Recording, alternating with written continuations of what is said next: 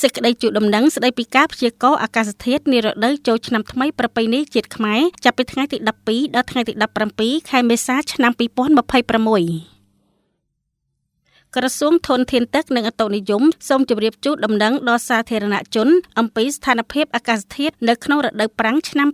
2026បន្ទាប់ពីធ្វើការតាមដានវិភាគនិងព្យាករណ៍ស្ថានភាពអាកាសធាតុដោយផ្អែកទៅលើបាតុភូតសកលនិងការព្យាករណ៍ពីស្ថានភាពវិវត្តនៃសីតុណ្ហភាពលើផ្ទៃមហាសមុទ្រប៉ាស៊ីហ្វិកខាងលិចមហាសមុទ្រឥណ្ឌានិងតំបន់អេក្វាទ័របង្ហាញថាបាតុភូតអេនសូអាជាក្រិតនៅបន្តកើតឡើងក្នុងកម្រិត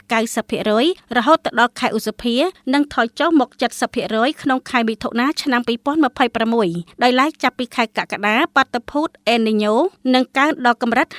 50% ចំណែកបាតុភូត IOD ស្ថិតនៅអព្យាក្រឹតស្ថានភាពបែបនេះនឹងធ្វើឲ្យអាកាសធាតុចាប់ពីថ្ងៃទី12ដល់ថ្ងៃទី17ខែមេសាឆ្នាំ2026តំបន់វាលទំនាបសីតុណ្ហភាពមធ្យមអបបរមា25អង្សាសេសីតុណ្ហភាពមធ្យមអបបរមា25អង្សាសេនិងសីតុណ្ហភាពមធ្យមអតិបរមា40អង្សាសេខ្យល់បក់មកពីទិសនិរតីនិងទិសទក្សិណមានល្បឿនមធ្យម3ម៉ែត្រក្នុង1វិនាទីមានខេត្តបន្ទាយមានជ័យបាត់ដំបងពោធិ៍សាត់សៀមរាបកំពង់ធំកំពង់ឆ្នាំងកំពង់ចាមត្បូងឃ្មុំស្វាយរៀងតាកែវព្រៃវែងកណ្ដាលនិងរាជធានីភ្នំពេញពុំមានភ្លៀងធ្លាក់ទេតំបន់ខ្ពង់រាបសីតុណ្ហភាពមធ្យមអបបរមា26អង្សាសេសីតុណ្ហភាពមធ្យមអតិបរមា40អង្សាសេខ្យល់បក់មកពីទិសនិរតីនិងទិសទក្សិណមានល្បឿនមធ្យម2ម៉ែត្រក្នុង1វិនាទី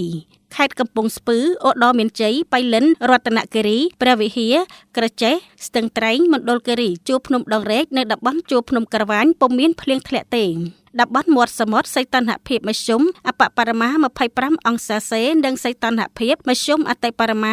36អង្សាសេខ្យល់បក់មកពីទិសនិរតីនិងទិសទក្សិណមានល្បឿនមធ្យម3ម៉ែត្រក្នុង1វិនាទីមានខេត្តកោះកុងព្រះសីហនុកំពតកែបនិងជួរភ្នំបូកគោពុំមានភ្លៀងធ្លាក់ទេរលកសមុទ្រមានកម្ពស់មធ្យមអបបរមាសូកដកសញ្ញា50ម៉ែត្រនិងកម្ពស់មធ្យមអតិបរមា1ម៉ែត្រ50យោងទៅលើការព្យាករណ៍អាកាសធាតុដោយបានជម្រាបជូនខាងលើសូមស្ថាប័នពាក់ព័ន្ធអាជ្ញាធរដែនដីនិងសាធារណជនមេត្តាយកចិត្តទុកដាក់ខ្ពស់ក្នុងការថែទាំសុខភាពពីការកើនឡើងនៃសីតុណ្ហភាពនេះនិងប្រុងប្រយ័ត្នខ្ពស់ចំពោះហានិភ័យនៃភ្លើងឆេះព្រៃផ្ទះសម្បែងនិងទ្រព្យសម្បត្តិផ្សេងៗដែលអាចកើតឡើងជាយថាហេតុនៅក្នុងរដូវចូលឆ្នាំថ្មីប្រពៃណីជាតិខ្មែរនាពេលខាងមុខនេះក្រសួងធនធានទឹកនិងឧតុនិយមនឹងបន្តតាមដាននិងវិភាគអំពីស្ថានភាពធាតុអាកាសដើម្បីជម្រាបជូនជាបន្តបន្ទាប់ក្នុងករណីមានការប្រែប្រួល